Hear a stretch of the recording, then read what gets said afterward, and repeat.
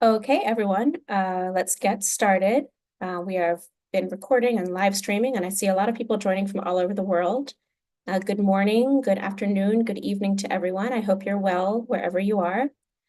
Before I introduce myself and our panel, I'd like to let you know that we have simultaneous interpretation into Khmer, Lao, and Vietnamese. So if you can click the globe icon at the lower part of your Zoom window and select a language, thank you. If that's not immediately visible, click more. Okay. All right. My name is Naomi Basik Treanor, and I have the pleasure of moderating today. I'm the Regional Advisor on Responsible Agricultural Investment for the Mekong Region Land Governance Project, and it's my great pleasure to welcome you all to this webinar on pathways to responsible agriculture in the Mekong. This is the third webinar in our series, State of Land in the Mekong Region. We have highlighted the evolving environment of land governance in this dynamic region. When we say Mekong, we typically refer to Cambodia, Lao PDR or Laos, Myanmar, and Vietnam. And we seek to explore these changes in land governance in light of their implications more globally. So we welcome people who are outside the region as well. State of Land in the Mekong is a broader research initiative that aims to identify important dynamics in the land and resource sectors as a basis for constructive dialogue and collaborative decision-making. Today, we're diving into how agricultural transitions are reshaping rural livelihoods, forests, and ecosystems and power dynamics in the Mekong region. We've seen industrial crops being pushed further into marginal uplands, and smallholder farmers increasingly linked transnational value chains for commodities. These shifts have generally, but not always, been spearheaded by government efforts to reduce poverty and modernize agriculture. They are transforming rural livelihoods at a very rapid pace, but producing uneven economic benefits while contributing to pressing crises like climate change, biodiversity loss, and deforestation. So in this session, we'll delve into these transformations, the governance challenges they bring, and new initiatives that aim to promote responsible agricultural investments, or RAI. We're especially interested in a few key themes that have emerged from our State of Land work under MRLG and its partners, including the foundational role of secure land tenure, land rights for a more just rural transition, how contract farming, when done right, can benefit smallholders, how these broader transitions are shaping changes in land use and land cover, and how a better policy environment that creates a level playing field for investments can be a game changer. We'll start with a presentation of a study I'm pleased to announce was published yesterday by MRLG, titled Agricultural Investment in the Mekong Region, a comparative analysis to inform the transition to responsible practices. And this presents a framework for understanding 6 cases of contract farming, 2 each in Laos, Cambodia, and Vietnam. After this, we'll have a presentation highlighting geospatial data in the Mekong, where innovations in remote sensing and AI are giving us a more nuanced picture of forest cover, crop change, associated greenhouse gas emissions, among other things. Following the presentations, the panelists will discuss country experiences of this agricultural transition. And finally, we will talk about solutions that can bring about positive change, from more supportive legal frameworks to better data, to agroecology, to strengthening cooperatives and other producers groups. Before we go on, I have a few logistical notes to share. This webinar is being streamed live on multiple platforms. If you have questions throughout the sessions, and we hope you do, please post them using the Q&A button. I see everyone is making very good use of the chat already at the bottom of your screen. We will have some time to answer questions. We won't get to all of them, unfortunately, at the end of the webinar. You will receive a video link afterwards, and an article with key messages and a summary will be made available on the Land Portal and MRLG websites. Okay, allow me to introduce our wonderful speakers today. Starting with Jean-Christophe Diepart. JC is a lecturer and researcher at the School for Field Studies, the Center for Environmental Justice and Mekong Ecologies in Siem Reap, Cambodia. Over the past 20 years, his interdisciplinary research explores agrarian change in Cambodia and the wider Mekong region, and in particular, the role that smallholders play in the transformations of rural landscapes. JC is a longtime collaborator with MRLG. Fred Stolle is the Director of Impact for Land and Carbon Lab, which is an initiative hosted by the World Resources Institute. Land and Carbon Lab develops breakthroughs in geospatial monitoring to help governments, businesses, and communities power solutions for sustainable landscapes. Fred has over 2 decades of experience advising organizations like the World Bank and governments on reducing deforestation under the UNFCCC. Fred also brings very deep experience on forests, land use change, and sustainable development. He's actively involved in initiatives like the Global Forest Observation Initiative and the Forest Carbon Partnership. Joining us from Laos is Soytavanh Mienmany. She's an independent researcher who develops, conducts, and communicates research for sustainability in food and fiber production systems. She partners with public, private, and community sectors, with academic and research institutions, and with development organizations at the national, regional, and international levels. She has completed field and desk research, reporting in a range of forms and modes, and communication to diverse audiences, including policymakers, technical experts, development actors, and communities.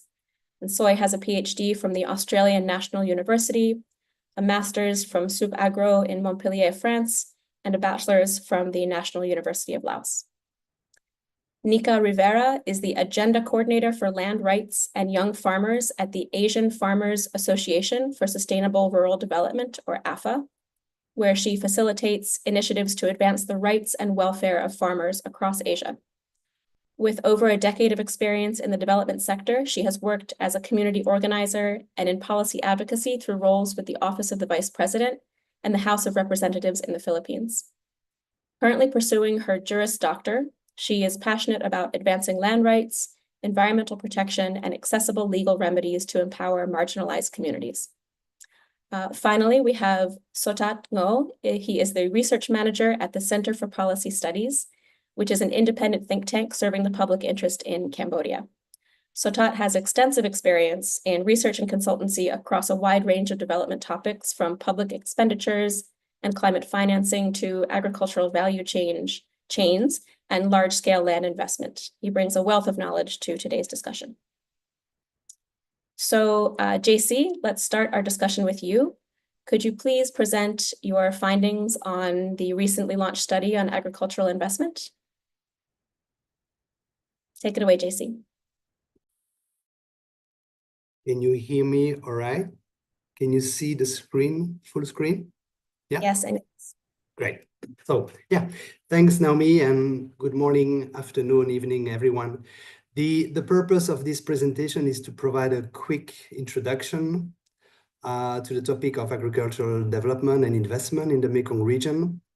So I will try to situate local initiatives, experiences in a broader regional and global context. And hopefully this will help frame the panel discussion that will follow. So this presentation builds on 2 main bodies of work. The one is the study that has been just recently published, as Naomi mentioned, on agricultural investment in the Mekong, that has been co-authored by Daniel Hayward and Skylar Lindsay. I think it's important to indicate also that this thematic study is itself built on several case studies also published by MRLG, by different partners of MRLG, looking at issues of contract farming in Cambodia, in Laos, but also in Thailand.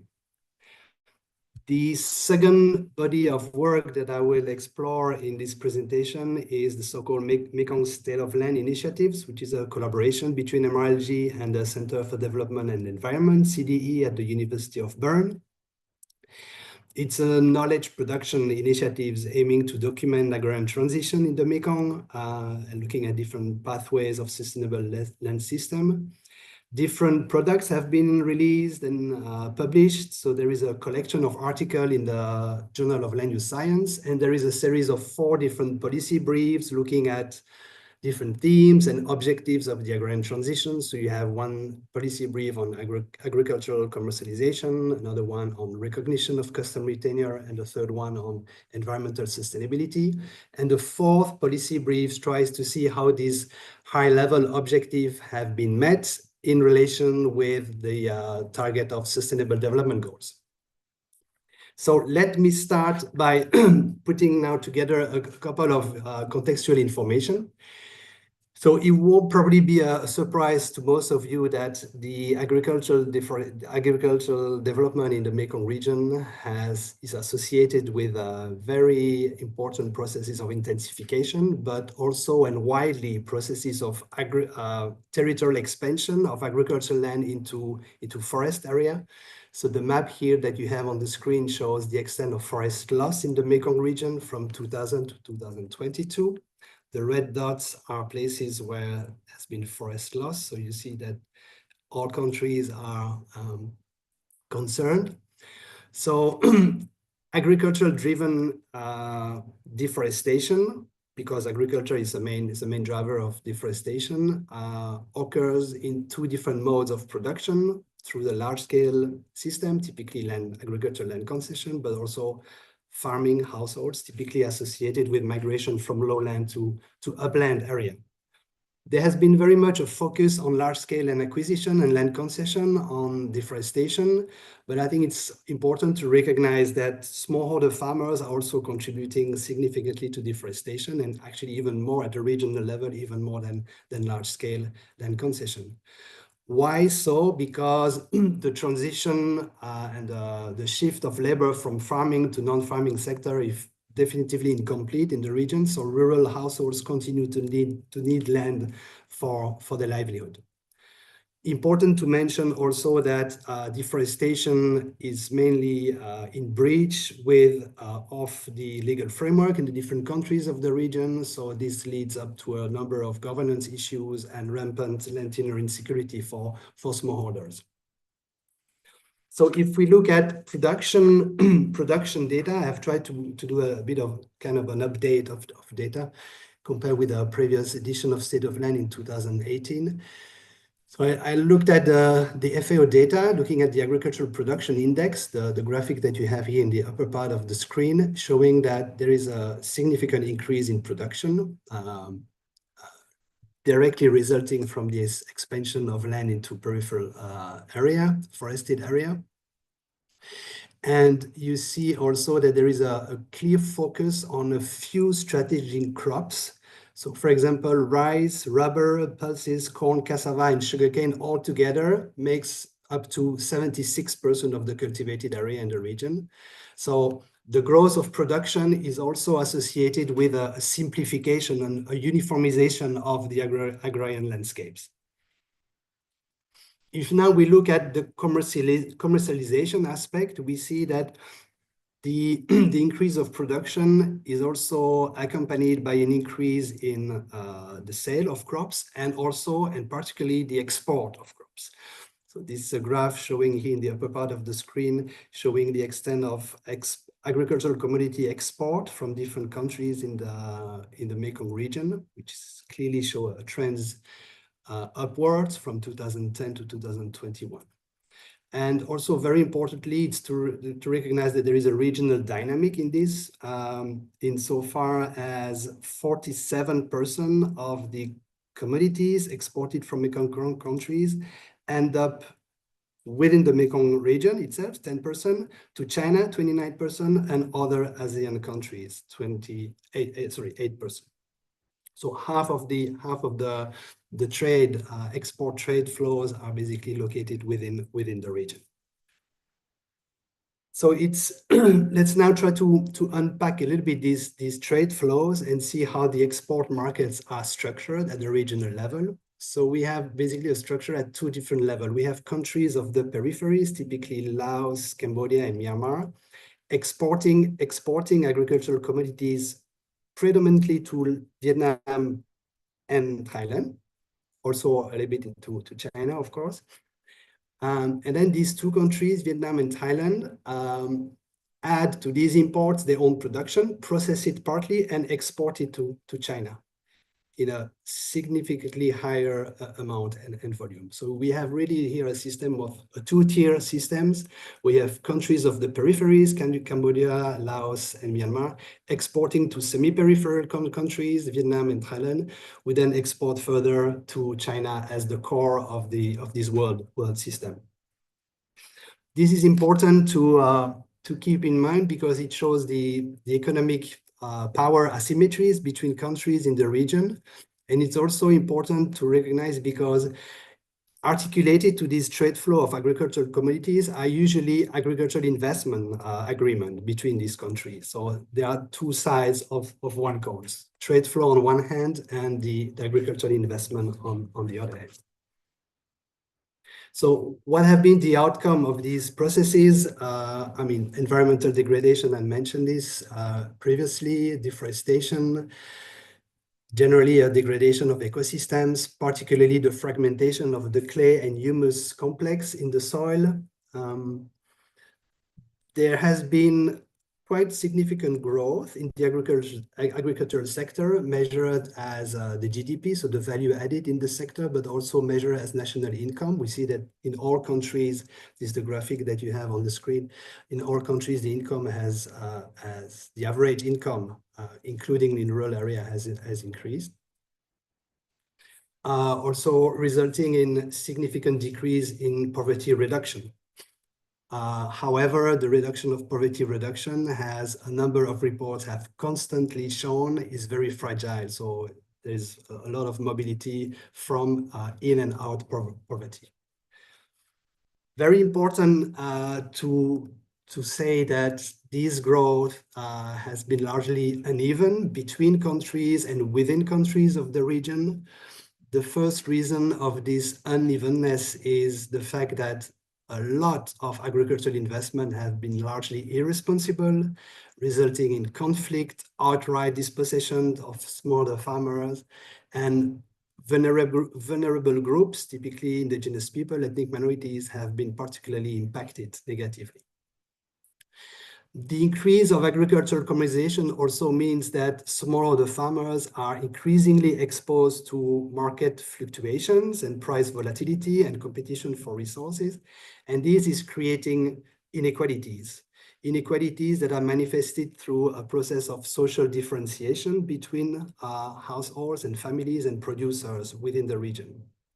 So there is a differentiation in the access to land, and differentiation in accessing other agricultural assets, accessing credit, and also differentiation in labor management between farm activities and non-farm activities.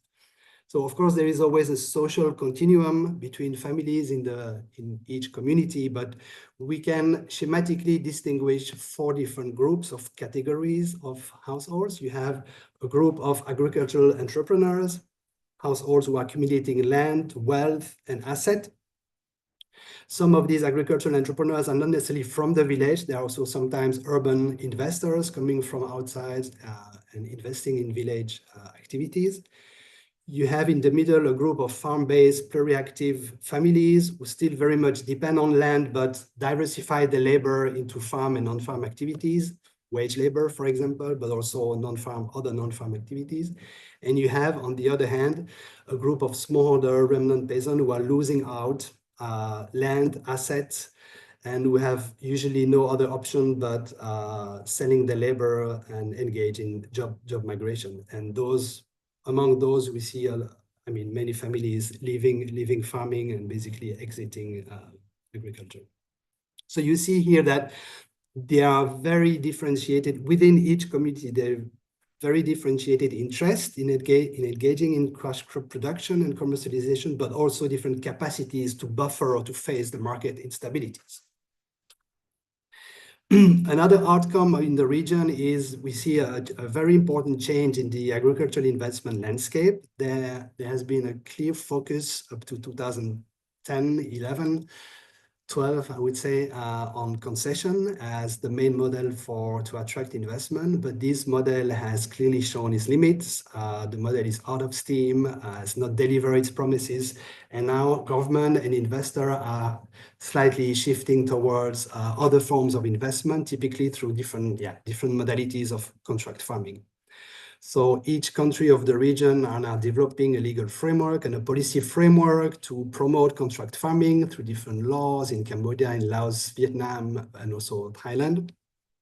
There's a flurry of guidelines about responsible investment that really center this idea of contract farming, center stage contract farming. And these, of course, raise the question, so what are the conditions for this contract farming to be actually more successful in achieving competing interests and claims, more successful than large-scale concession? And this is the questions that the study just released by MRLG is trying to address. So it's a compilation of different case studies of contract farming, looking at different crops, different investors, different models of contract farming. You have a case of rubber production here in Modokiri, Cambodia. You have organic cassava case study in Previ here. You have 3 case studies of tea production in Laos, in Pongsali, in Sieng Hoang Hin, and Champasak, and 1 case very interesting on sugarcane in Savannakhet, and 2 case studies, one on sugarcane in Sonla province in the north, and 1 in Sotrang on rice production. So I'm not going to describe these case studies. I don't have time for that, and my colleagues who are in the panel will do it much better than me.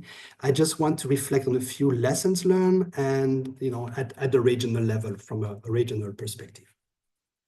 So the first thing is these case studies have shown that the processes and the outcome of agricultural commercialization are highly context specific. So they depend on the history, they are contingent on the history of land use, land tenure systems, on the assemblage of stakeholders that animate those case studies, the environmental conditions, the agroecology. So therefore, it's very important to develop a legal framework that was responding to actual need of farmers at local level, but also allow for decentralized decision making. So the principle of subsidiarity should be here promoted.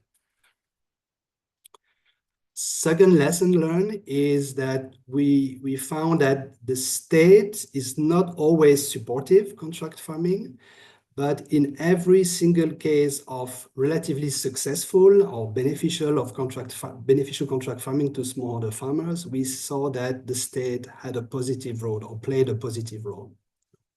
So here, the recommendation is more like to promote government and local authorities to have key role in creating the enabling environment, so providing proper incentive in terms of tax, infrastructure, extension, but also facilitate a dialogue between investors and farmers to ensure that investors understand the need and constraint of farmers, but also are accountable to them. The third lessons learned from these case studies is the important role that farmer groups play, whether they organize formally as cooperative or more informally as association. They play a very important role in facilitating the relationship between investors and between farmers and other stakeholders.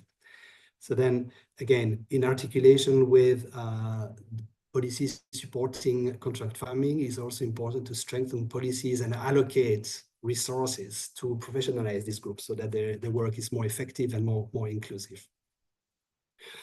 The idea, I mean, it's quite general common sense that the idea of the notion of contract farming is necessarily better in terms of land tenure security and environmental degradation, but it's not always the case. A number of case studies have shown that land security of smallholder farmers can be really impaired through contract farming. Typically, when farmers have to lease land from a company, or when contract farming incentivize a movement of agricultural expansion into flooded, into forest, state forest, or protected area, where smallholders do not have rights or clear right tenure. Therefore, the recommendation is more to integrate safeguards, land tenure safeguards, and environmental safeguards from the outset in the legislation and in the contract, and actively promote the recognition of customary tenure all along. Another recommendation is that we found that the establishment of contract usually follow a pretty heavy top-down system, and farmers pretty often don't have a very clear knowledge and understanding of the contracts, their rights and obligation under contracts. So here we suggest that there need to be a very, very clear, much fairer process for the contracting, typically an area where the FPIC principles need to be applied. And they also need to have very clear elements written in the contract. So in written forms, written in local language, indication about the pricing arrangements, payment schedules, duration of contract, right, obligation of parties. It sounds very obvious, but a lot of the case studies have shown that these conditions were not always met. One of the final point here is many case studies have found that breach of contracts is pretty common from different parties, investors and farmers. So here, therefore, it's pretty important to think of contract as to make sure that contracts stipulate clear process of enforcement and monitoring, clearly specify the action that I needed to in case of non-compliance with the contract, and also identify low-cost independent conflict resolution mechanism. And the last, of course, not least, recommendation is an acknowledgement that these new market relationships and arrangements are pretty new for farmers and comes with a lot of new skills needed and new requirements for farmers. So they need a process of all-around support for farmers, both on the technical level, making sure that the production meets the quality and quantity of the buyers, managerial support also in aligning with the needs of the buyers, but also financial. And here the financial support is very important, making sure typically with credit, the question of credit, making sure that the farmers are not taking on loans which are unmanageable or even exploitative, as some case studies have shown. So with this, I would like to conclude. These are the different elements that I've presented. You can access them, the collection of articles, you can access them open access in the Journal of Land Use Science. And you have the MRLG website, which offers a wealth of very interesting studies, case studies, thematic studies, and I strongly encourage you to have a look. Thank you very much. Thank you, JC. That was an excellent presentation and a really impressive summary of a very complex report and very nuanced recommendations. And it's this issue of nuance that I keep coming away with. This is a very nuanced region with variegated landscapes, with a number of crops in play, and a number of behavioral aspects and individual farmer decision-making that are very, very tied to transnational value chains, to macroeconomic issues like inflation. So I think when we talk about who is driving deforestation, it's really important to consider that this is many, many decisions that do not take place in a vacuum. Another thing that comes to mind, I think we want to be solutions oriented, and yet there's no one size fits all contract farming scheme. The report dives into different investment models, different ways in which governments are or are not involved, different crops. We also look at tea and rice, as you mentioned. In the past, MRLG case studies have examined bananas. Cassava is now a big driver of deforestation in Laos, at least where I live. So lots to unpack here. I want to turn now to Fred, who's joined us very early in the morning, his time, to talk about how new advances in geospatial data and remote sensing are being used in your work. So Fred, you have about 10 minutes. I know you have some slides. Could you put them up, please? Thank you, Naomi, and good day, everybody. I hope you see my slides, and thanks a lot for being here. It's a great presentation just from Jean-Christophe. So I work at the World Resource Institute, and I'm working a lot with remote sensing, spatial data, artificial intelligence lately, to think about and look at all different types of land cover. And you see in my presentation more about it. And I'm working at the Land and Carbon Lab, which is an initiative from the World Resource Institute together with the Basik Foundation.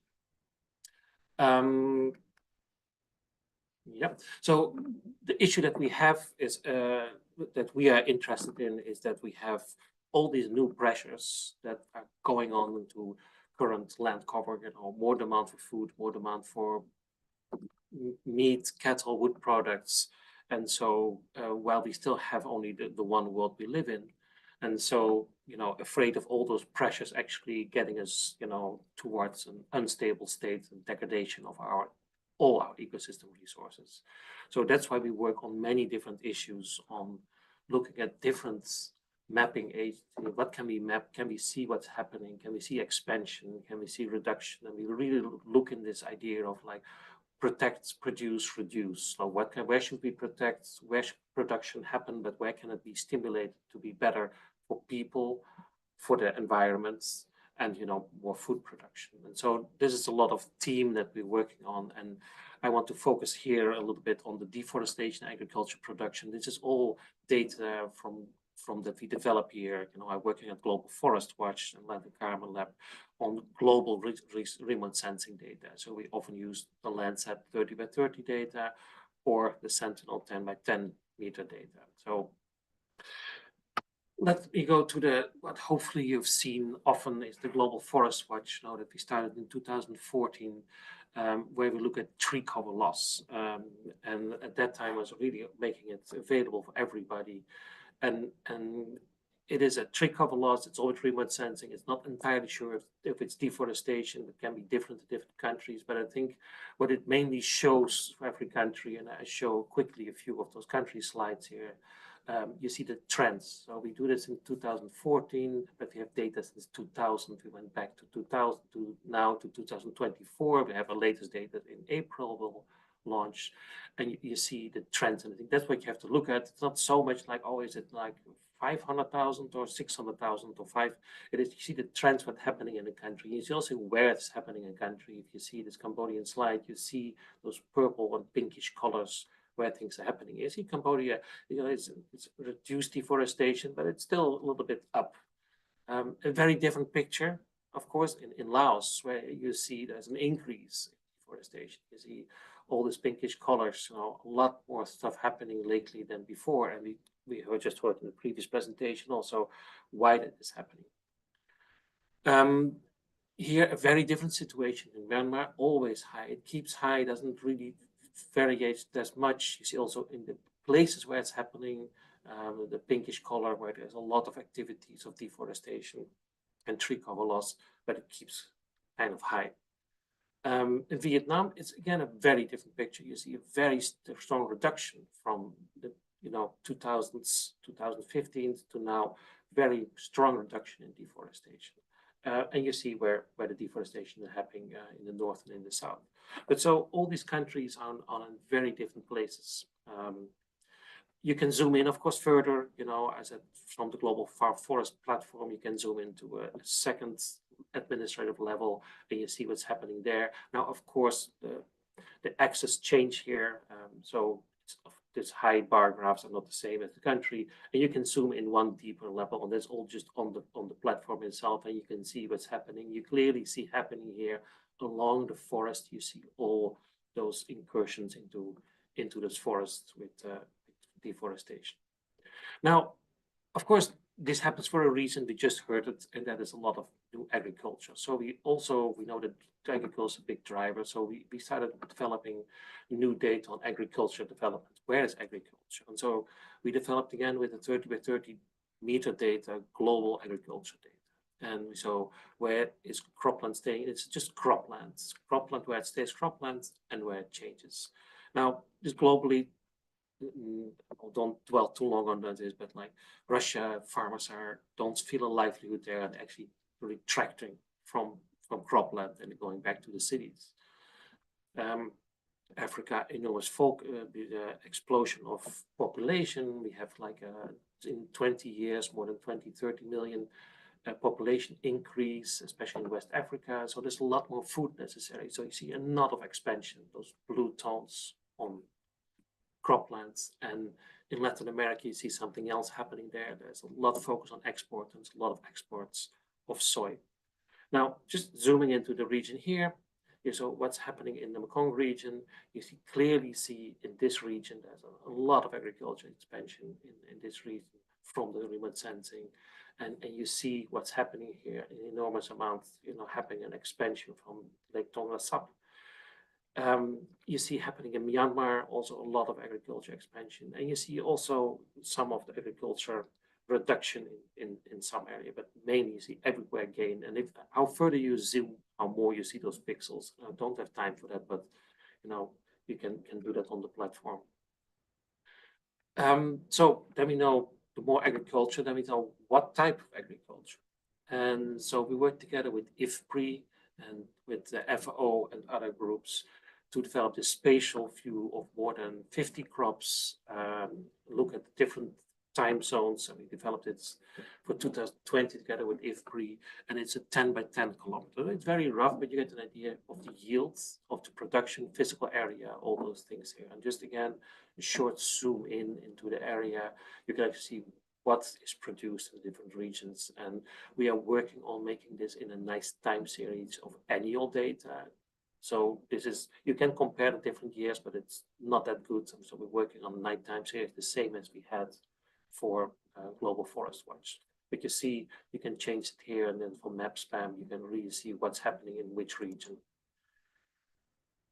But I also want to go to a little bit to the larger level then. So what's happening on land cover change? So we looked at forest, we look at agriculture, we also look at all the different land covers. So this is made again 30 by 30 meter global map of all land covers that we have now annual 2015, 2023.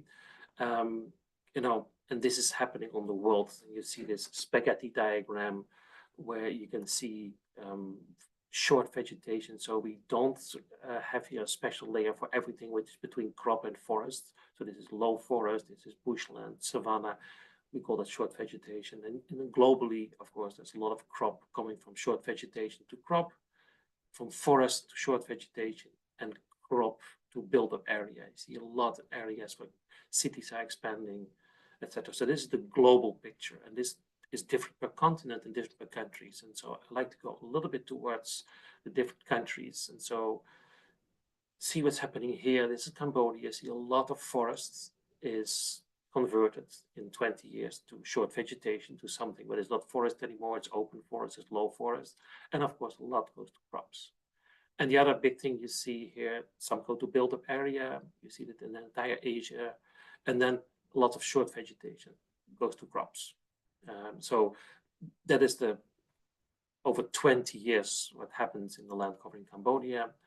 Let me go to the next one. You see the crop area change from the data as on the crop area. You see the deforestation happening, and you see this type of crop types that comes from the map span. Laos, very different way. Here you see forest going a lot to short vegetation. That's the main driver of what's happening in Laos. And something on the built area that's much smaller, going to crop is happening, but it's also much in a lot of short vegetation. It goes also to crops. So short crops is really coming from already degraded land here in Laos. Vietnam, again, a very different picture. Here you see forest and crops, a lot of crops you see here, changing to something else, especially to build-up area, which is remarkable in this sense here, and a big change in short vegetation. So all kind of degraded lands usually that goes to all kind of different areas. Myanmar, again, a very different picture. I don't want to go too deep on this, but you'll see that every country has a unique transition way. Now, I want to say something on lastly, like that there's not only we have this, we also can look at individual changes. So we have a so-called DIST alerts that looks at every change that is not normal over the last 3 years. And so it can be agriculture, it can be a change in crops. And again, zooming in on the region. So these are the kind of disturbances we can see every week. So it's an alert. Every week this comes out on the entire globe. And just zooming in this area, you'll see that this area, and indeed you see a lot of these disturbances that maybe might be from fires happened in this area. And you can also see in agriculture, you see a lot of crop cycles, like something has been cropped before, now it is something else, or the crop is late. And so these alerts give you an idea of the smaller changes that are happening. Those are not permanent changes, it doesn't have to. This crop could be planted a year later. The last thing I want to tell you is that we get all these data together in a new model to develop. Oh, my computer is hanging. Oh yeah, in cropland emission. And we can do that cropland emission all per country. And this is just draft results I got yesterday. So on how much emission there is. Okay, my computer died, which is fine.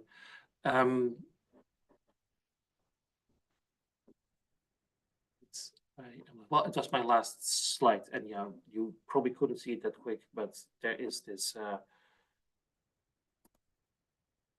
numbers, and you can see it later on the PowerPoint. That will be shared. That there's a cropland emission, of course, and that is also very different per country. Some countries quite high, and some countries not so high. And I think that's all, Naomi. Thanks. Thank you so much, Fred. Again, a lot of information to get through in a very little time. It's really inspiring to see the advances in some of these different models and different data sets. Certainly since Global Forest Watch was introduced 10 years ago, but even in the past couple of years, it's really, really amazing to see how far Land and Carbon Lab has come. I think for those of us who work in the region, who produce and are informed by these case studies with qualitative ethnographic research, it's really great to see what the satellites see. But it's also important to recognize that that perspective is important. The ground perspective is important. One really shouldn't happen without the other. And many of the data that Fred showed are available on landandcarbonlab.org. Most of them, the data are free and publicly available, which, as JC was saying, in a situation where access to information is vital, access to this level of data can be vital too. One caveat I will give is that often the data on forest loss and cropland expansion that is available on platforms like Land and Carbon Lab is not going to be the same statistics as are available through governments in these countries. Some of that is technical. It's based on how you define forest, how you define forest loss, deforestation. But I think that it's important to look at many different data sets when we look at these seemingly intractable problems. So for those of us with a solutions orientation, this begs the question of what's being done on the ground to tackle these issues. I'm going to start with Soytavanh in Laos and kick off our panel. What do you see as some high-level changes happening in Laos? And I want to bring to mind an analytical framework that's presented in one of our State of Land in the Mekong briefs on agricultural commercialization. And as we know, these investments aim to fulfill multiple competing purposes, whether that's alleviating food insecurity, alleviating rural poverty, bringing technological transformation to the sector, which results in a lot of conflicting claims about the benefits and the equity of benefits of the agrarian transition. So this brief offers three perspectives. One is that of efficiency. So what is the economic efficiency of these markets? The second is equity, when we talk about social and power dynamics. And the third perspective is justice, which is, looking at the rights of the most vulnerable and most marginalized communities, indigenous people, landless people, migrants, and so forth. So Soytavanh, over to you. What are you seeing in Laos? Thank you so much, Naomi, and hi, everyone. First of all, I want to thanks to the Mekong Land Governance on provide very recent publication on the framework efficiency, equity, and justice. So these three perspectives I will draw and share my work experience on different crop. So firstly, the first perspective on efficiency. In general, the big picture of agricultural commercialization is always, for my research outcome, is also show that they provide perspective, the positive outcomes, but in terms of increased household income and contribute to poverty reduction. However, this benefits is also on the expenses of household health and well-being, and also environment. I want to give example for my one of my case study for my PhD on Cavendish bananas, and one household mentioned to me that I have never earned that much in my life. However, I can't continue that long because my health and my family, because so many chemical, and I feel so tired. So that's the code for me. So even though farmer understand that they give positive income, increase their household income, but their health is got affected from that. And the other second perspective on the equality, when look at the relationship between different actors, I want to share the case study again with one of my case study. Land is the same land in the same village, but they get the land lease price in different price. Why is like that? Is because of the power behind that. So household who access more information or have high position in the village, for example, they can be village committee or they can access information. They have power to negotiate to get better price. This is compared to household in less access to those information, and they are poor and they can't even have power to negotiate to get a better price. So in terms of equality, I would say that it's very depend on the actor and the power of the negotiation. And another case study that from my banana research also talking about contract farming is between men and women have very different role. But then when it comes to contract farming to manage banana for 1 hectare, women have to rely on men. If in your household you don't have men, then you can't work on that bananas. But at the end, how can this issue is solved? One of my case studies show that government play a very important role in negotiation and help farmer to get a better price, and also can negotiate to work in a banana plantation. That's one of the case study. So move to the last perspective on the justice. I would say it's come to my work experience a lot, when especially working with local people who live in next to or proximate to natural resource or national protected area. And then they also try to build their wealth by cultivating agriculture commercialization, for example, cassava. One of my field visit, farmers saying that living next to the forest is very good. I can find lots of food like Ethiopia and for my subsistence. However, it's very challenging. They say that step out from my house is already their land. So their land means land that assigned to be to national protected area. So I think global focusing on green growth and conservation. However, we need to look at the justice, the transition to this green growth, how the local people can access and can also their livelihood have to take to the discussion, and they also need our help. So I think for me, I always say that I can't tell farmer to stop, and I can't feel that they will go to sleep with the empty stomach. So that's always come to my mind. Thank you, Naomi, for me to share this experience. Thank you so much, Soy. Thank you for highlighting also the gender dynamics in terms of agricultural investment and production. This is quite nuanced, and often it's not present in the discussions we have around investment and benefit. Moving to Cambodia, Sotat, we've seen some similarities in terms of the power dynamics, the need for the supportive government role between Laos and Cambodia. But could you tell me a bit more about the situation?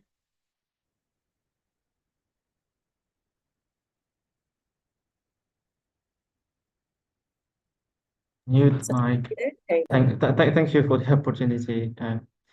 And I would like to share the reality from the ground in Cambodia in relation to this state of land report with regard to the three dimensions of efficiency, equity, and justice.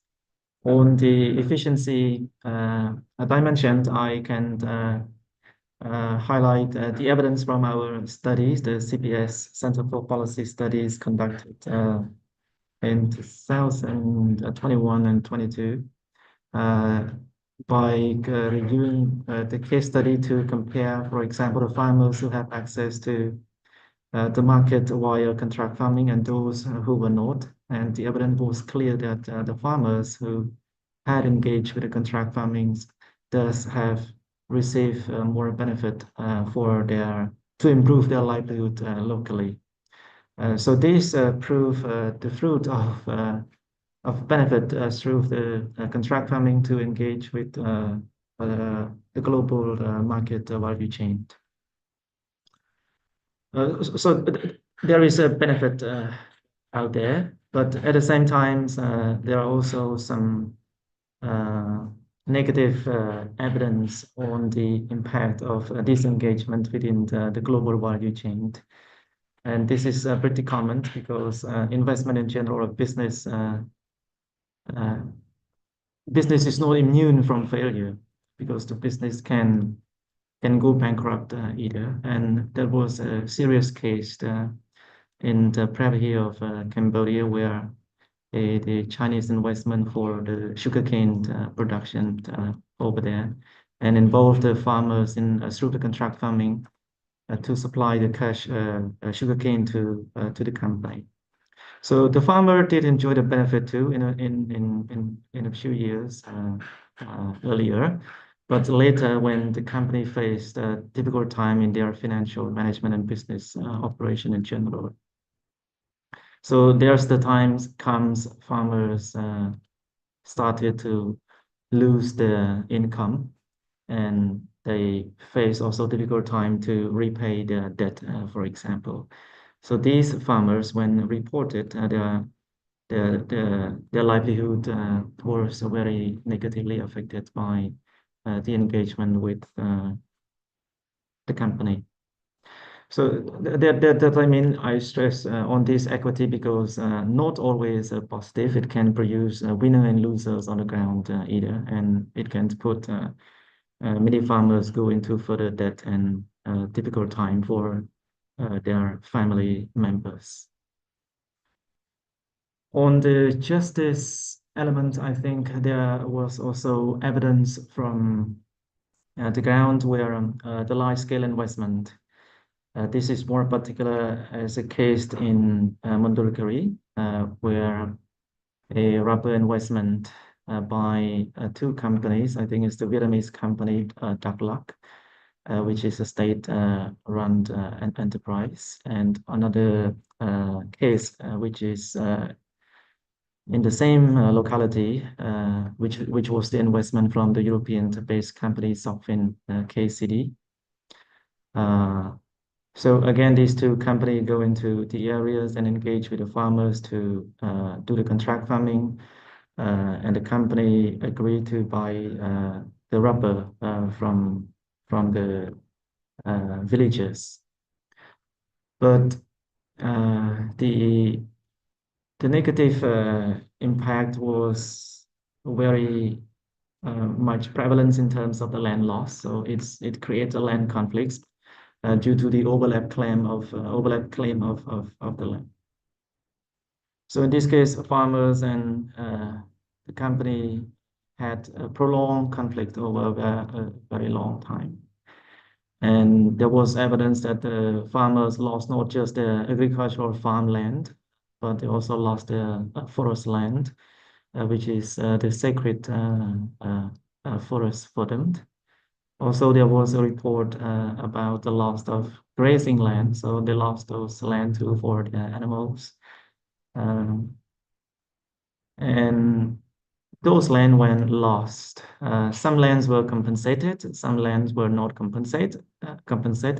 And in the case of compensated, the farmers were not so happy with the compensation they received, not just in terms of the amount of compensation they received, but the way they were treated, the way they were compensated. This, for example, is a case that the farmers do not have a proper consultations to resolve these compensations, but the company would just pay them some meager amount of US dollars or money per hectare. But that was only done after all the land were grabbed and turned into the plantation of the company already. And there was a popular words among the villagers when we were there to describe the situations of injustice to them was that we were only paid after all were eaten. So means they do not negotiate for the product before somebody get it, but they were only compensated after all the land were already taken away from them. So they don't have any power to negotiate to protect their land or to demand for.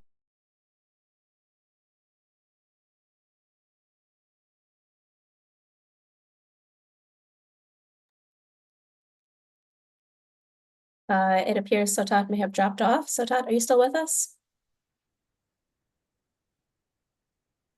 Sotat, are you there? Yes, I am here. Okay, thank you. Yeah, I would like to conclude my contribution here on the reflections of the reality on the ground against the dimension of efficiency, equity, and justice.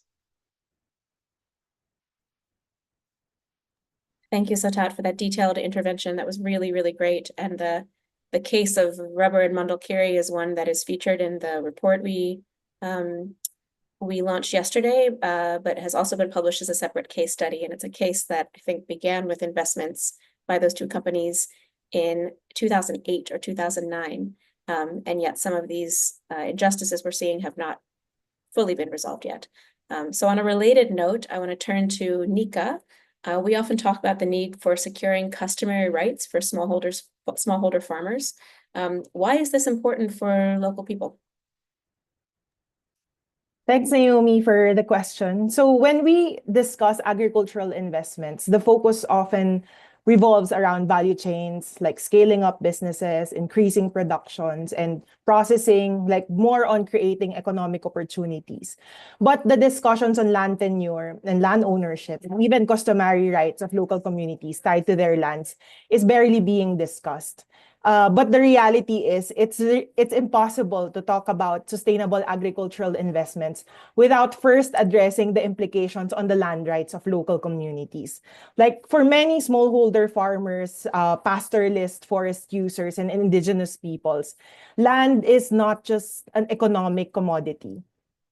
Land is deeply tied to their environment, to food security, culture, and also to their identity. And the land really represents much more than its monetary value. So it's really their foundation for life and livelihood. So when agricultural investments come into communities without recognizing or respecting these rights, it often creates, significant and negative impacts to them. So you have impacts such as land conflicts, displacements, loss of livelihoods, and environmental degradation, which are all tied when we are discussing topics on unsustainability. And on the other hand, when the local communities and smallholder farmers have that secure tenure over their lands, it changes everything.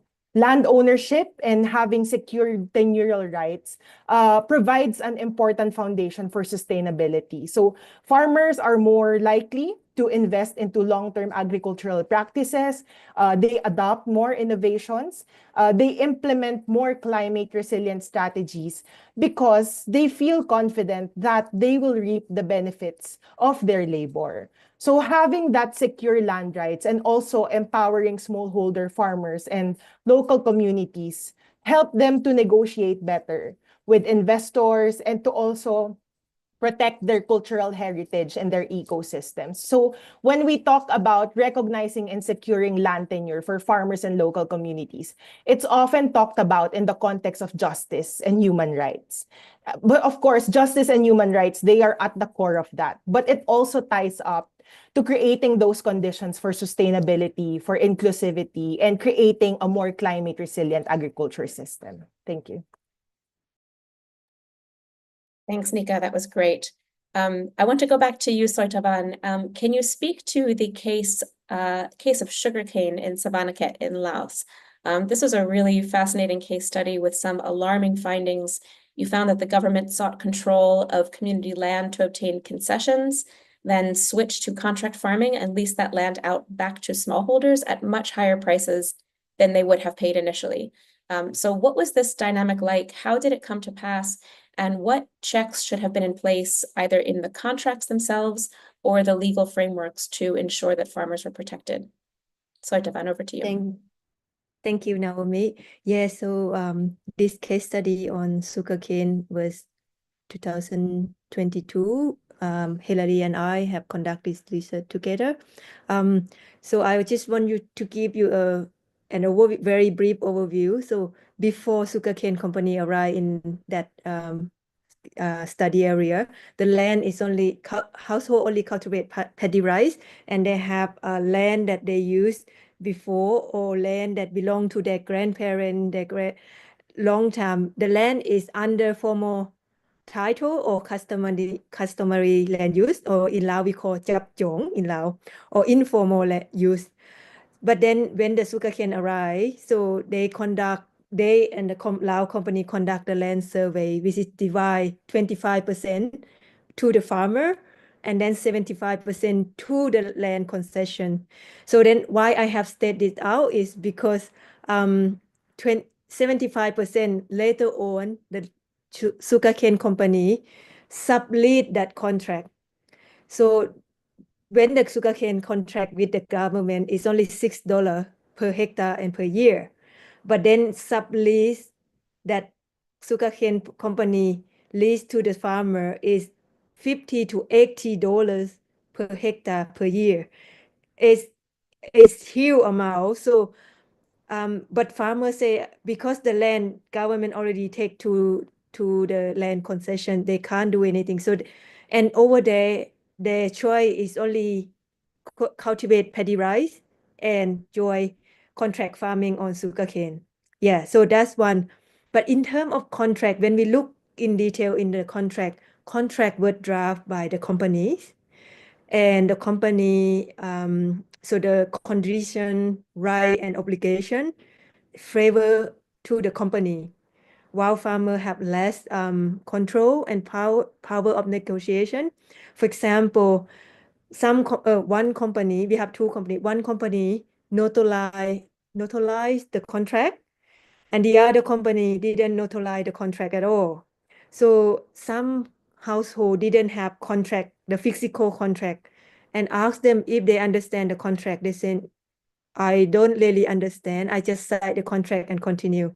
So that's the dynamic, how farmers just engage in the contract farming because they have that only choice that they can make money. So in overall, sugarcane give high income for them. They say it's much better than before, that after rice, I don't have to do, they don't have anything, but now they have sugarcane. So it's like extra income. Some farmer become a main income for them.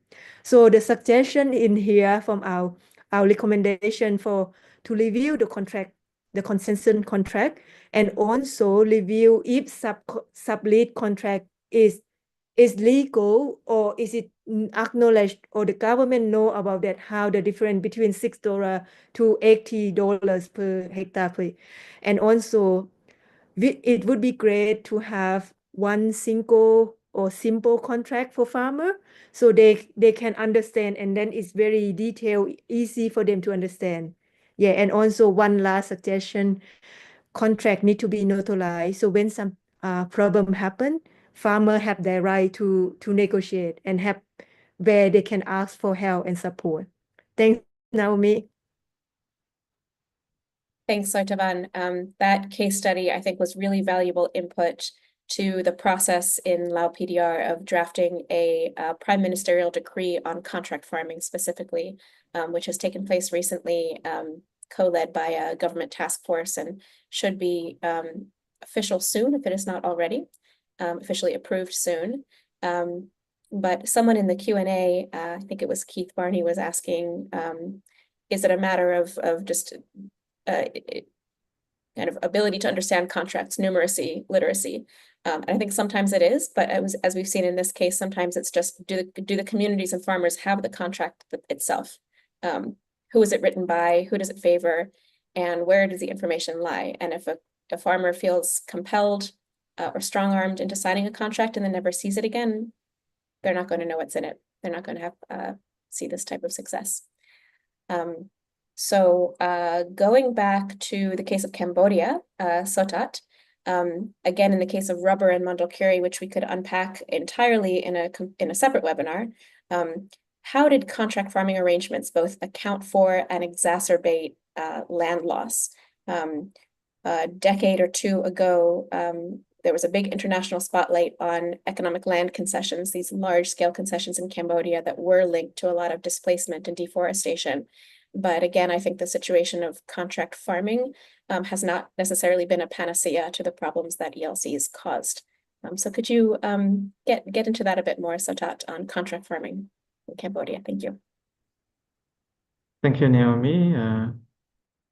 In the case of contract farming in Mondulkiri, I think it is rather exceptional compared to the contract farming schemes across other parts of Cambodia.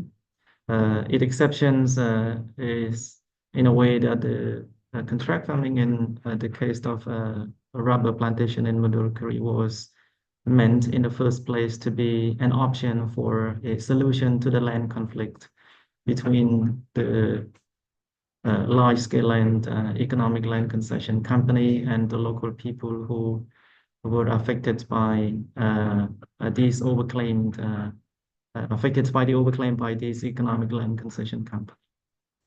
So it was actually meant to be an option among other options like cash compensations or reallocation of the land.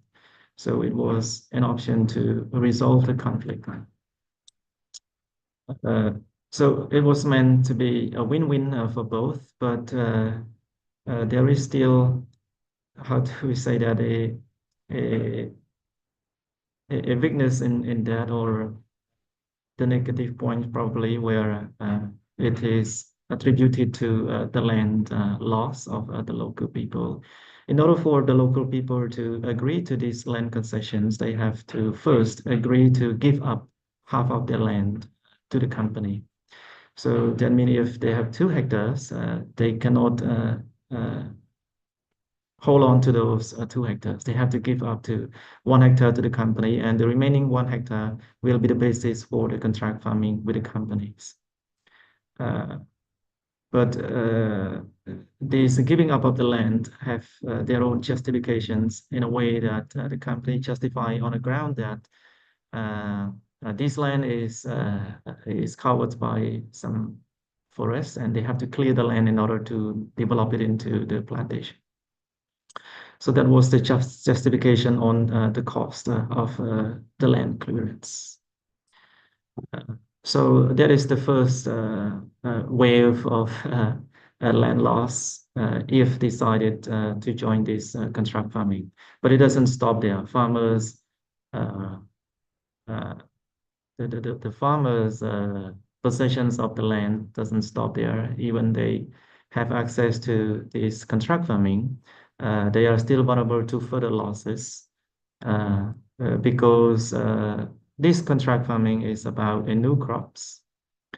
So it requires new techniques, which is quite new to the local people. It is a new crop. They have to, they don't have the enough farming technique to the maintenance of the crop, things like that. Further, the farm are also vulnerable to the crop failure itself, the climate change, for example. And they are also subject to the price crisis at the international level, can also be translated into the local level. And furthermore, they are also subject to breaches of the contract because, as I think Jean-Christophe mentioned earlier, that the contract farming is very loose in general. There are a lot of stories about breaches of those contracts. So, farmers are also vulnerable to this. And this is the case also for the contract farming in Mundurkuri, because when we follow up the case some years later, when the farmers get the latex, when they harvest the latex, there was still years of the aftermath of the international prices of the rubber. So the rubber price was very, very low. Farmers started to harvest the latex. But the company did not agree to buy the latex from the farmers. So that was really the case. Fortunately, the farmers can sell their latex, can harvest it and sell their latex to the informal traders in the localities who also exported the latex to Vietnam. So this is the vulnerability. This vulnerability can put them into jeopardize. They would not be able to repay the debt. So this is a very important element. As I mentioned earlier, contract farming, the story of contract farming itself is not bad. It has it does have a positive applications where it can translate into a better economic result for the farmers on the ground. But at the same time, it is vulnerable to various failures, whether it's the international price crisis, the business failure by itself, or the breaches of contracts due to other reasons. So, and due to also the contract terms itself, because as Soy mentioned in the case in Laos too, the contract is usually prepared or drafted by the company, so the company has a full control of those terms and conditions. And generally, these contracts are not well communicated with the farmers, and the farmers are not supported by any legal aid or support, whether from NGOs or from the government. They don't have the ability to review all those technicality of the contract terms, for example, so you can just sign on to it. So this is the areas that we need to strengthen to protect, to strengthen the legal protection in terms of make sure that the contract is fairer for both, not just the farmers, but both parties can agree to it voluntarily and inform about those terms and conditions. And besides this, as I also mentioned earlier, that it has some implications on those procedure for the land acquisition and compensations. So there is a need to protect on these ground too, to make sure that the farmers can have options, not just a single options available to them, but make sure they have options. And these options can be proper understood by the people so that they can choose the one that is most suitable for them. So there is a need, I think, all in all, to strike the balance between efficiency, equity, and justice, as we discussed earlier. Thank you, Naomi. I would like to again end my contribution here in order to give other times for very good. Sessions. And we still have a number of questions to get through before we open up the Q&A. I want to shift our perspective a bit from the problems that we've seen on the ground to solutions.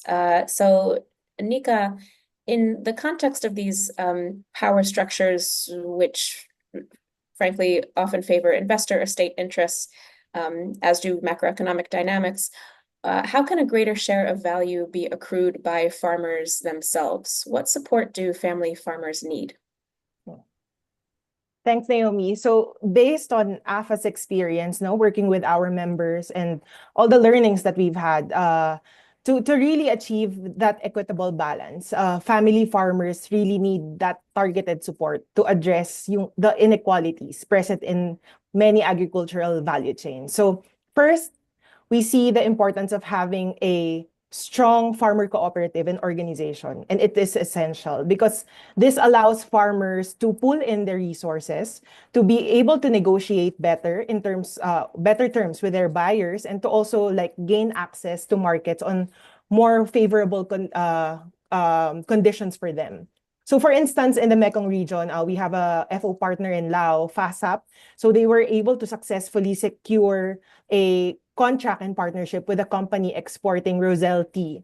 So it was easier for them to secure such partnerships since they are well organized. They have a very strong internal governance and system, a good track record, financial records, which also helped them secure the co-financing with different private firms. So it was easier for them to negotiate their own terms, which are friendly for smallholder farmers because they have that presence of a strong organization.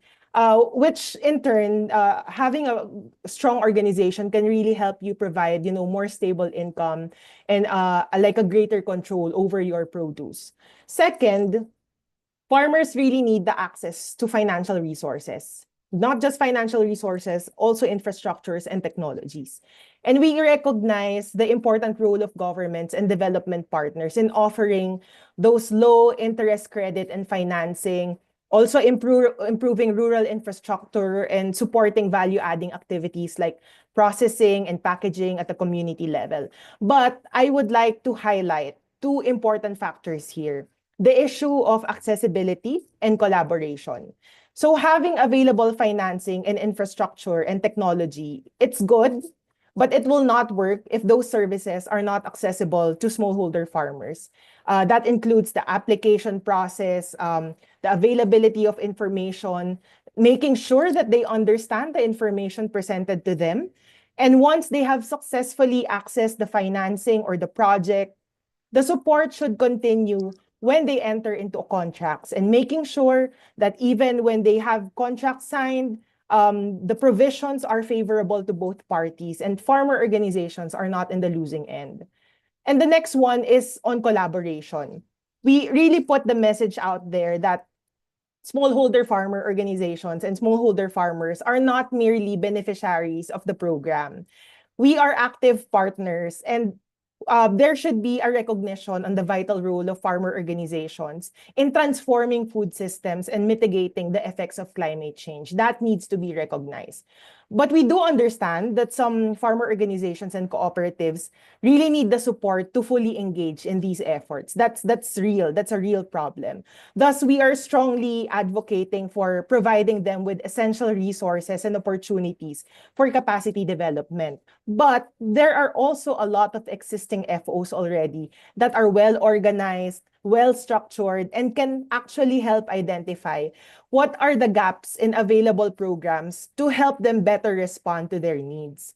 So this approach can really help resource sharing between farmer organizations, cooperatives, and also other partners, because farmers already have that knowledge on sustainable agroecological practices. They know it. They've been doing it for a long time already. They can do peer-to-peer training, and they've been doing it already. And when we support these kinds of sharing initiatives between them, we actually help make the capacity building and access to information more impactful. And finally, I think very important is the governance and policy reforms. This has been mentioned also by the other panelists, and we think it's very critical. Governments are the duty bearers. So they must protect farmers' rights by enforcing fair trade practices, also regulating large-scale land agricultural investments, and ensuring also that there is transparency in contracts being done. So some key measures include ensuring that investors should adhere to the free, prior, and informed consent, or FPIC, and making sure that we create like a participatory decision-making process that really empower farmers to advocate for themselves in systems that most often than not favor more investors and corporations and state actors. Thanks, Nikka. I think we're going to come back to the issue of strong farmers, organizations, cooperatives, and other producer groups because this is so essential.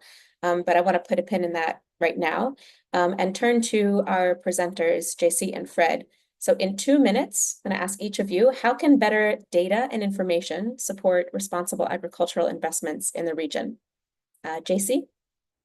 Sure. I think you would have asked me the question 20 years ago. My answer would have been probably more and better data.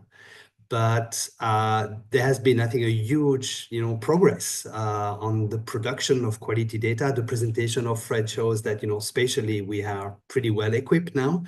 There is a wealth of other data, socioeconomic data, agricultural census, demographic census, land tenure data is already shared. So when I do fieldwork, I'm already taken aback by the paucity of data and information available really on the ground, where the investment materialize and where people are affected really, positively or negatively.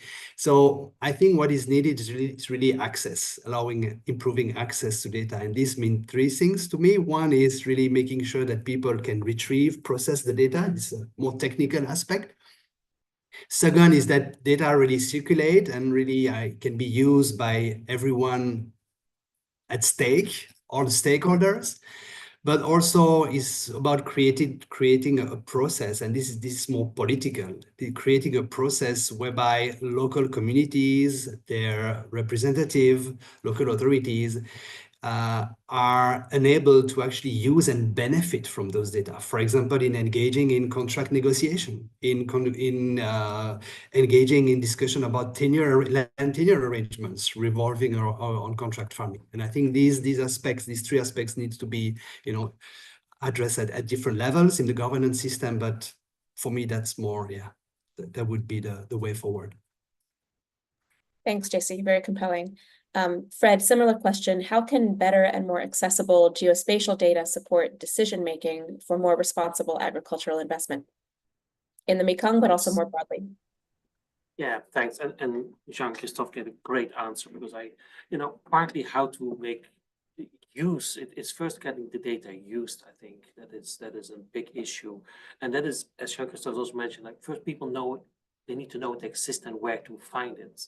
That sounds very trivial, but it isn't. There's nowadays so much information. We all know you can do the website and be searching for hours and hours on the website, know what to find. But then I find how to get it used also, do you have the right information at the right time in the right formats? And although we are much better in our spatial data, it's often that a stakeholder wants at this time, oh, I don't want agriculture expansion, I want expansion of rice in my area, but it wants from 2020 to 2025.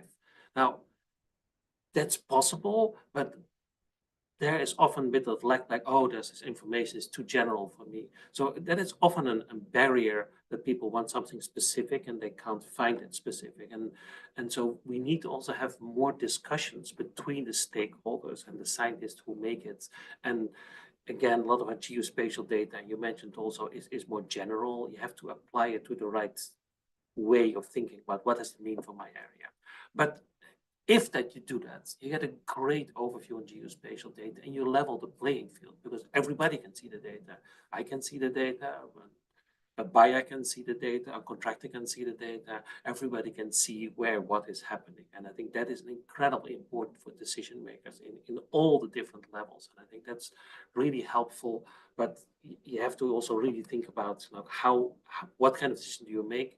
Do you that overview from pixel to landscape, to watershed, that having that overview over time is very powerful, but you have to find it. And I think that accessibility and knowing what to do with it and having some format to do with it, I think that's where we still struggle a bit. Absolutely agreed.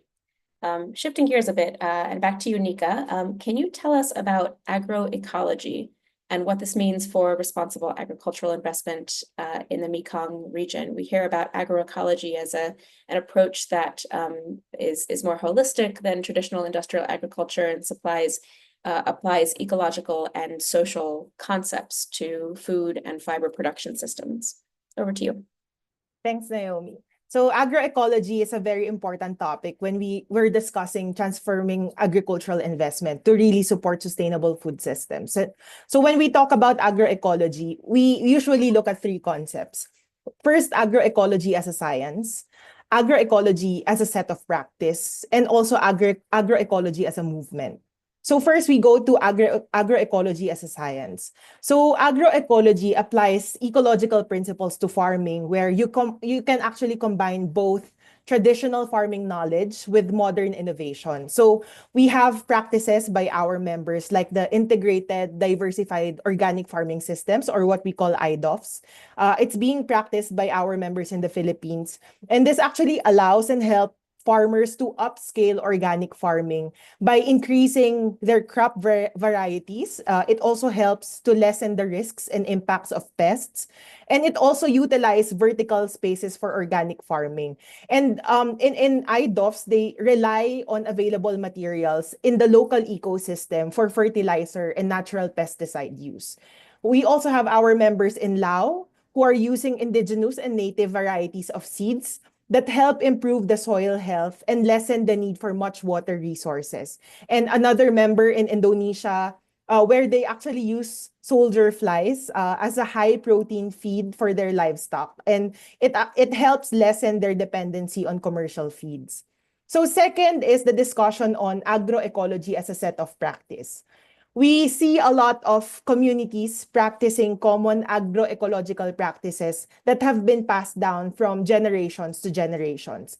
And this has been recently developed and adopted to improve the overall farm productivity of our farmers. And in turn, it helps improve the livelihoods of the small-scale farmers who depend solely mostly on farming, on fishing, on herding, and pastoralism.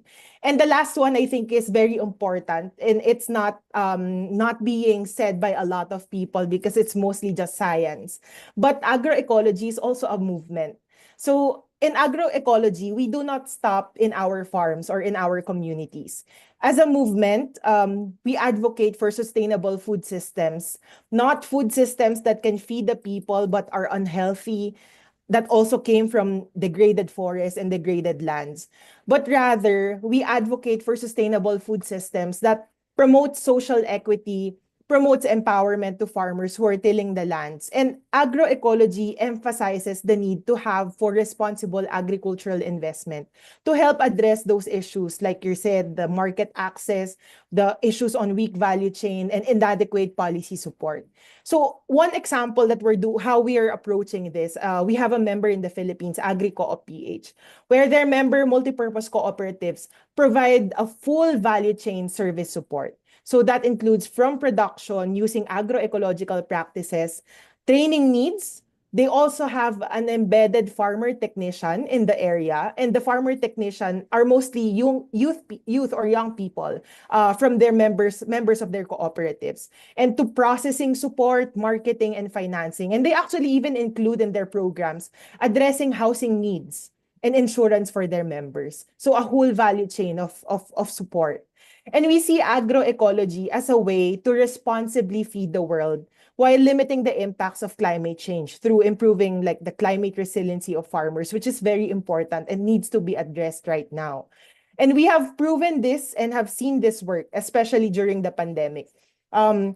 Farmers during the lockdown, they were able to provide and sustain local food systems to keep the communities fed during the lockdown. So because of this, there were issues on mobility, and our farmers actually led the shifting to digital platforms to connect with their consumers.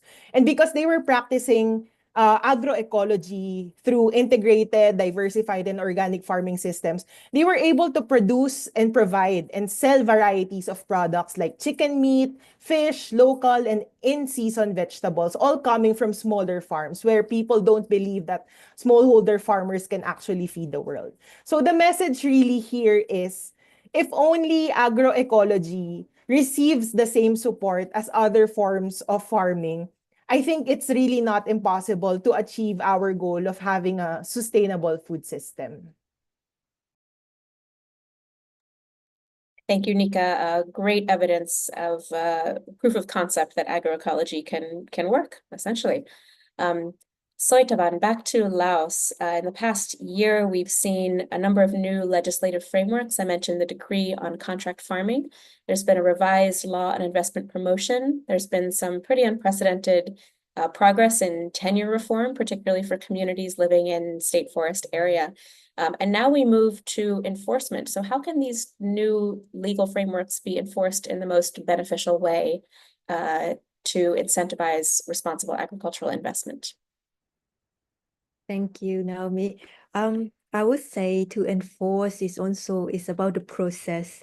I can give the evidence from work that I have involved or in joining, as for example, the work that we work on the sugarcane, and there's a task force from the MRLG that they have multi-stakeholder discussion.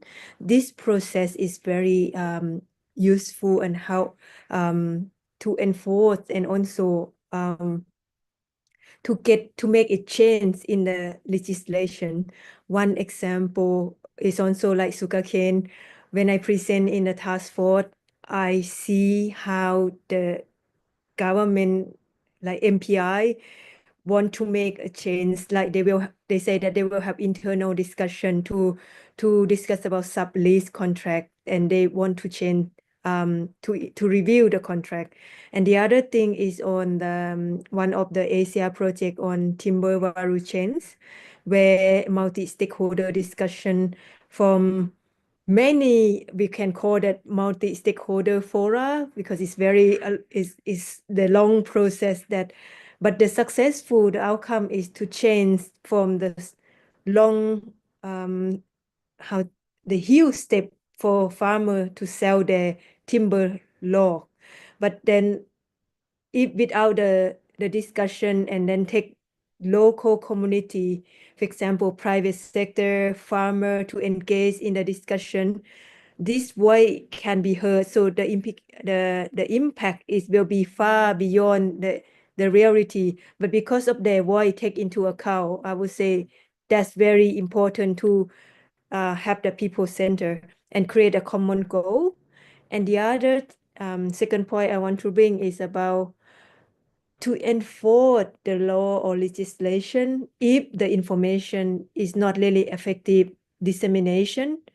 It will be far behind. For example, like the case study from the sugarcane, farmer didn't have the copy of their contract, but nothing happened. No one checked at all, and it still continued for many years.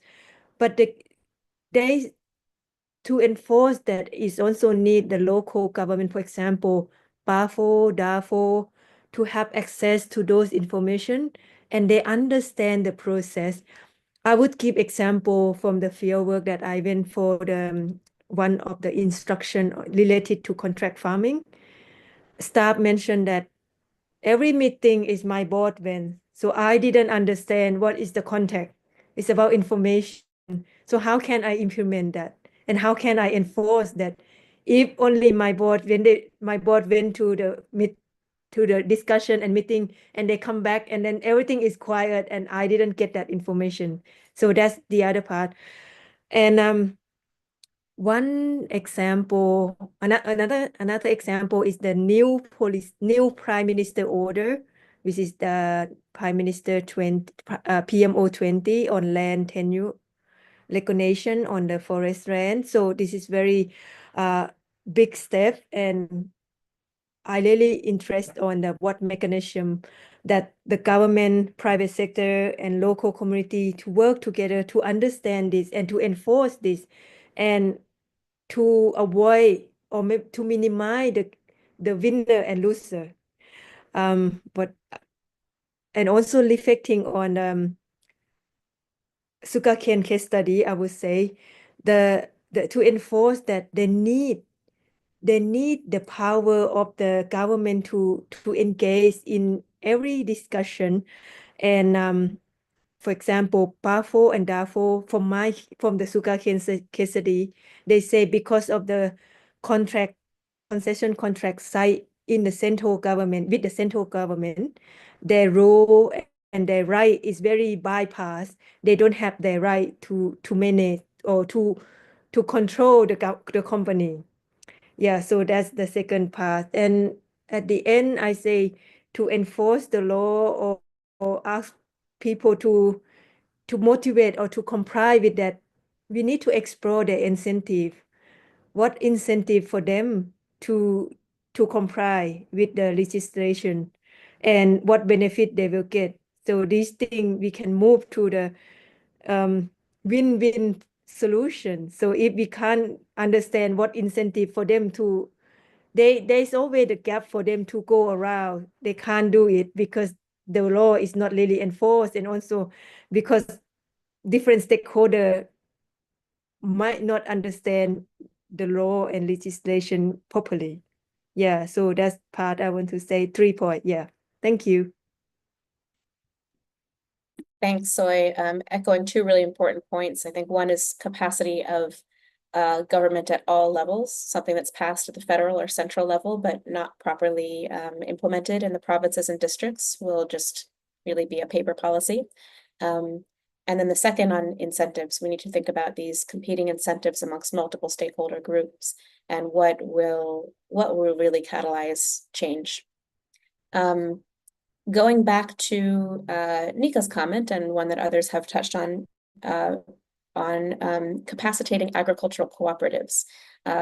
This is an issue that MRLG's Alliance on Responsible Agricultural Investment in Cambodia works on quite a bit.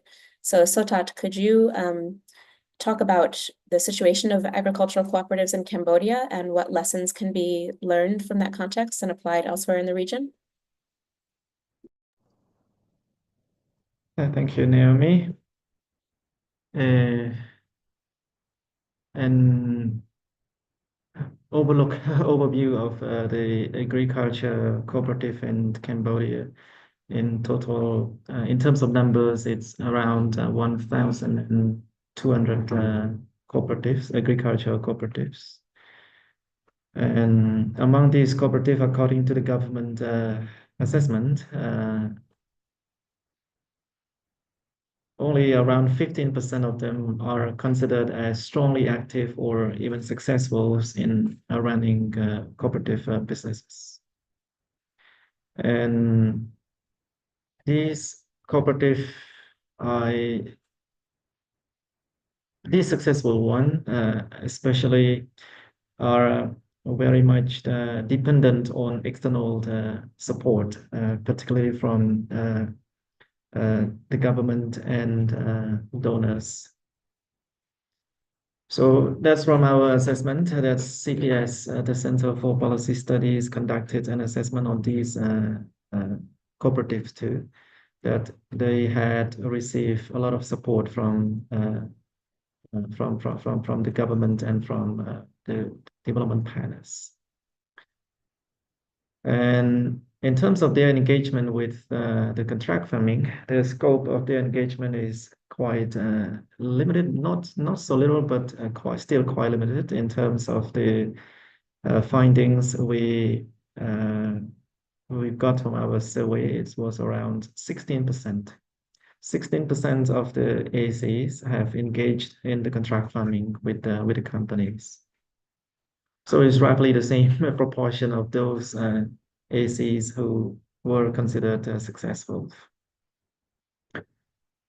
But as JC mentioned earlier about that, these contract farming in principle were very loose in terms of the enforcement. It doesn't mean they do not follow, they do not buy the products, they do not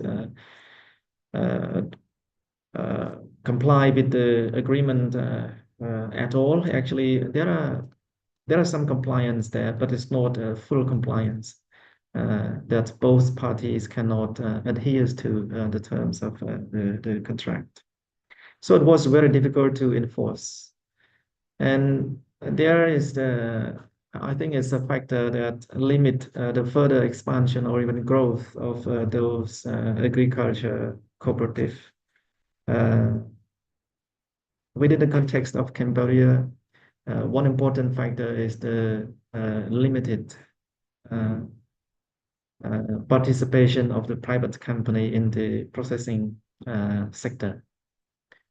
So we look at the level of agro-industry in Cambodia is still very limited. So Cambodian agricultural products are mainly exported in raw forms.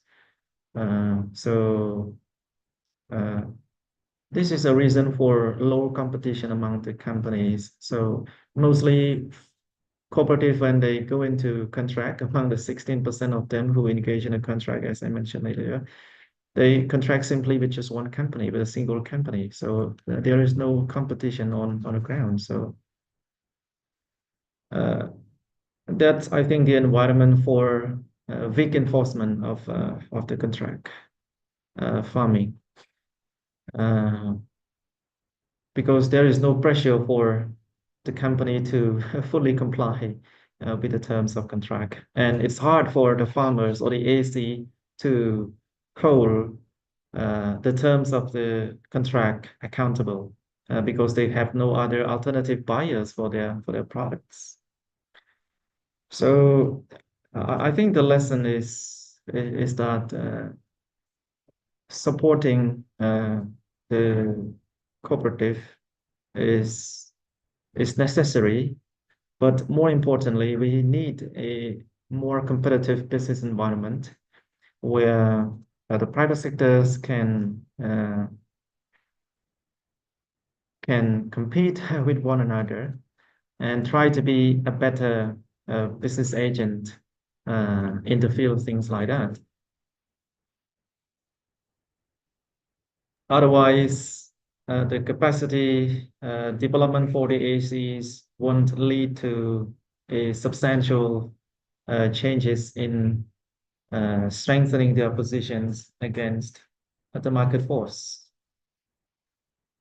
So I think there's an important aspect that the government and donors need to think. And as the case for Cambodia, I think this is very much on the development that the government, for example, recently is considering to have an agro-industrial park. So that would be a great place to provide more incentive and conducive business environment for the investments to come. And that will further extend the benefit all the way to farmers, hopefully. So I hope this is some of the picture from the agricultural cooperative in Cambodia and their difficulty of operation within limited business environment so far. Thank you, Thank you, Naomi. Soytavanh. Great answer. Lots of progress that's been made, but ACs in Cambodia still depend too much on external support and need a better business environment for them to truly thrive. Thank you to the whole panel for a great dialogue so far. We only have about 15 minutes, and I see we've been getting lots of questions from the audience on these topics. So we're going to try to direct a couple of questions at different panelists. I'm sorry we don't have time for everybody's question. We got a couple questions on gender issues. Someone said, in a region where women are not allowed to own land and property, how are you going to address this so that equality may be realized as a means of justice? And then specifically, can you say anything about how the new Lao contract farming regulation addresses gender equity issues? Soytavanh, I want to turn it over to you to answer the last part, but also reflect on the first if you're able. The last part, I would say, in terms of develop I haven't involved in the drafting the decree, but from my previous research, we have shows that minority group, particularly ethnic minority in northern part of Laos where I work, my result have recommend that we need to consider how women can engage in the contract and have their say. For example, they don't have to rely on their husband, and also but also the contract farming also give opportunity for women to work independently. So, but to get into detail the decree, I would say not Naomi would be better to answer that. Yeah, thank you. Thanks, Soy. I think I can answer that question offline separately in the interest of time.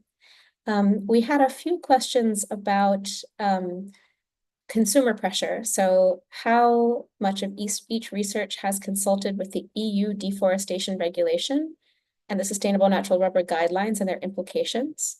fair finance, where's the money for these investments, and the conditions that consumer markets can impose on producers.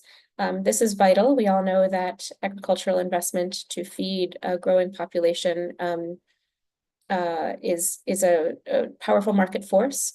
And there are some demand side regulations, for example, the EU deforestation regulation, which will, when it fully comes into force, will mean that European member states can no longer import agricultural commodities that are linked to deforestation.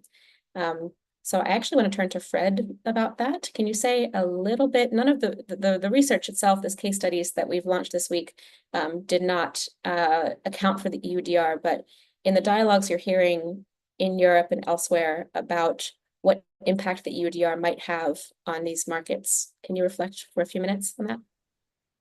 Yeah, the EUDR will happen so next year, December, and for smallholders a little bit later even. But so the impact, what currently is happening in many large companies is trying to make sure that the fields are mapped, because you need to know from everything that you import in the EU, you need to know if it's deforestation free or not. And so that means rubber from the 7 commodities: rubber, soy, oil palm, and a few other, but I think for this region, that's mainly rubber is important. It has to be so deforestation free before 2020. And so if a company imports, like Michelin tires or whatever, imports rubber into the EU, they have to come up with a database from every farmer they took the rubber from, and they have to prove that that's not deforested after 2020. That might have a big impact for the large holders. You mentioned soy holders or large oil palm holders. It's quite easy to have those large boundaries and prove that it's deforestation free. For smallholders, it's much difficult to have all those small boundaries, and there are changes in boundaries, and that is a big issue at the moment. And you see several countries working now very hard with the large providers and with the companies to actually make sure that those boundaries are there, because that's something you need. Otherwise, you cannot prove that your field or your plot is without. So that's a big concern at the moment, I think, where there's a lot of groups thinking about how can we make this happen in 1 year time. Thanks for that concise answer. We had a couple of questions, and I'm trying to combine them here, on the impact of climate collapse having for agriculture and an increased loss of forests.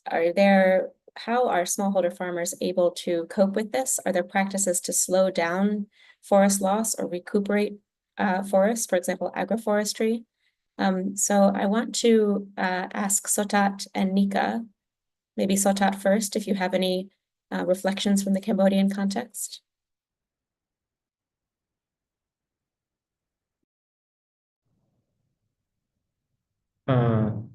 Thank Naomi. The impact of climate change on the ground here, I think so far has been more evidence with the case of cassava and also cashew nut. So cassava that is very much rain-fed actually, because it is planted in the upland region. So the crop itself, compared to rice, usually in the lowland, that is more easily for the development of the irrigation system, which is cheaper, more efficient too. On a highland, by its nature, it's more difficult to develop a more efficient irrigation systems. So it's very much the rain-fed, and the case is the same for cashew nut, where it's involved very extensive large fields and on a rather highland too.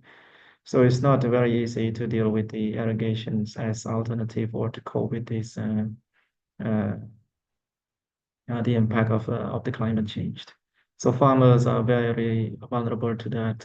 For example, they have to get their seedling planted, and after that, if they have to face a prolonged drought, so the farmers stand a lot to lose if they need to replant the seedling.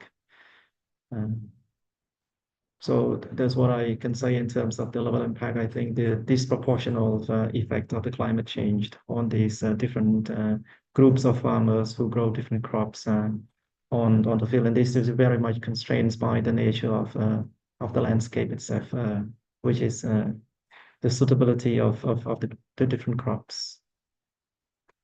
Thank you, Soytavanh. Absolutely a challenge. Nikka, same question over to you. Wondering if in your experience with AFA members, you're seeing anybody successfully use agroforestry or other techniques to combine agrarian ventures with forest protection or restoration of forests, reforestation? Thank you, Naomi. So I totally agree with Soytavanh, what he's saying on this disproportionate effects of climate change. It really varies depending on the crops, depending on the area. But what is true is that climate change effects is really happening and being felt by our smallholder farmers. So from the prolonged droughts, there's lots of typhoons. Like for us here in the Philippines, we have been experiencing like 4 typhoons in a week. And it's disrupting the crops, it's disrupting the livelihoods of the people and the farmers. So there are lots of impacts that are happening to our smallholder farmers, but we also want to shift the thinking to how we can better address this. Because at the end of the day, if we don't address and improve our climate resiliency, how can we feed ourselves, our family, the community? So that's the main issue.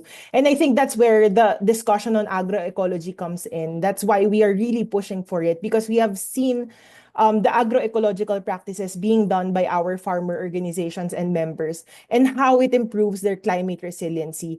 One example that I have been mentioning is the IDOFS, the Integrated Diversified Organic Farming System. So in an IDOFS, diverse crops, different levels of crops, and I mentioned it helps with the pests, but it also helps a lot with typhoons. For example, in an IDOF setting, when you do your farm planning, you actually plant what we call the windbreakers. So there are plants there are trees that can be planted, which can help you lessen the impacts of very strong winds and further lessen the impacts on the damage of your farm. So there are lots like Madre de Cacao, or what we call cacahuate, but there are a lot of windbreakers that can also be done at the local level. And it's a matter of really learning what is available in your area and utilizing those available crops and trees to plant in your area. And farm planning is very important, and a lot of our organizations are doing that because it helps them. Farm planning is not just about planting, but it also includes being prepared in case a disaster comes in, or a typhoon comes in, or drought comes in. What will be your solution? So that includes planning ahead and being able to be ready to implement that plan whenever that will happen. And it's not a question of if it will happen, because we already know that it's happening and you have to be prepared for it. Thanks, Nikka. This has been such a great discussion, everyone. The challenges are substantial, but it's also good to see progress being made and some ideas for ways forward. Okay, panelists, let's wrap up. I want to hear in a minute, truly a minute, your final thoughts, and keeping in mind the question that was asked, besides the issues presented here, do we see an increase in more responsible agricultural investment in the Mekong region? What is the tendency? So, JC, I think I'll turn to you first. Yeah, sure. No, I mean, that has been a very nice discussion. The bulk of the discussion was, I think, on production. We have touched a little bit on consumption market, but I think probably the next step would be for researcher, but also probably for policymakers, how we articulate voluntary guidelines, because these are many voluntary guidelines to incentivize investors to behave well with farmers. How can we articulate this with specific conditions imposed from the market? We were talking about EUDR, but in the region that mainly concerns coffee, rubber, and wood, I would say. The other crops, maybe a bit cattle. What about sustainability standard, which are crop specific for rice, for example, but also smaller scale, articulation between producers and consumer, for example, through participatory guarantee system. which are, also other initiatives that could be mobilized. So I think probably we need to, widen the scope a little bit of the discussion and move out of the production specific discussion to more, value chain, organized from consumption to production. Thanks. Fully agree. Would also add financing. Who's bankrolling these investments, right? And all the carbon economy. Yeah, sorry. Yeah. Exactly. Yes. Okay, Soytavanh, your closing thoughts in a minute. I would say as a researcher, as a field who interact with local community, I would say land issue is the hot topic and it's very important for local community. So I really want to be for everyone, all of us can be communicator and bring the local people voice to the policy discussion and don't leave them behind. And I understand, like for example, they also want to build their well. Many people, government donor want to protect natural resource, but I think how can we balance and try to find justice for them as well as for the local people? Yeah, thanks so much. Thanks, Soy. Absolutely. Sotat, your final thoughts in under a minute. Yeah, in terms of the evidence of more responsibility business on the ground in Cambodia, I think there is such an evidence of the trend as we have received new arrival of investors, for example, to invest in the agro processing. So there's a good signs of more players on the ground. And as these companies comes, they try to be a better one to present themselves as a good investor so that they can build a long-lasting business for their long-term intention to do the business here. So there is such an evidence, and as I mentioned earlier, to promote it further, the solution to that is to have a more conducive business environment. Well, the business is only become more responsible if they work within a more competitive business environment. I think there is one of the pathway to promote more responsible agriculture business or investment. Otherwise, it will remain a challenge, as I mentioned earlier. So I would like to finish my time here again. I think it's give space for other panelists. Thank you, Sotat. Absolutely, and we look forward to seeing more evidence collected by CPS on best practices. Nikka, your final thoughts. Thank you for being able to share in this space. For us, the more important discussions would be really finding out where does the money go? Where does the investment go? Does it really go directly to smallholder farmers, which they say there are a lot of available resources, but for smallholder farmers are not being able to access it. So those discussions really will help us be informed if the right investments are coming to us, because they're pushing for smallholders to provide more climate resilient solutions. But where is the support, and is the support really going to us? So I think that's an important discussion that needs to be further unpacked in the next discussions that we will be having. Thank you. Thanks, Nikka. And finally, Fred.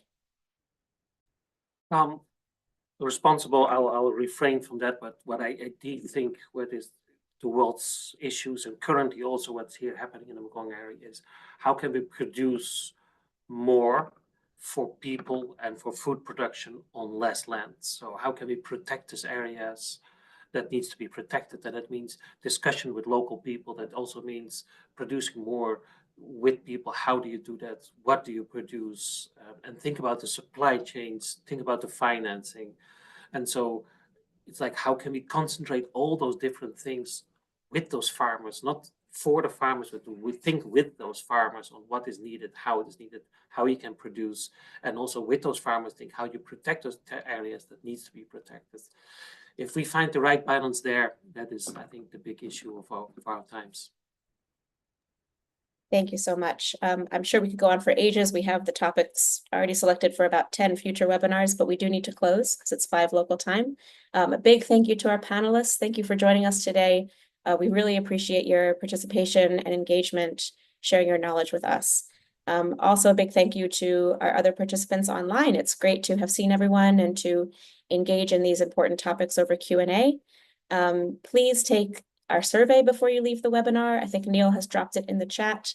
We'd like to know what you thought of this webinar so we can improve for next time. You can click the link and we'll also provide it probably in a follow-up email. And again, thank you everyone. A final shout out to our wonderful interpreters who have improved accessibility for this webinar in Mekong languages. Thanks everyone. Have a good evening. Have a good rest of your day, and we hope to be in touch soon. Take care. Thank you. Thank you, Naomi. Thank you, everyone. Thank you, all the speaker and panelists. Very nice. Thanks All to the the best. participants. Bye. Bye-bye. Bye.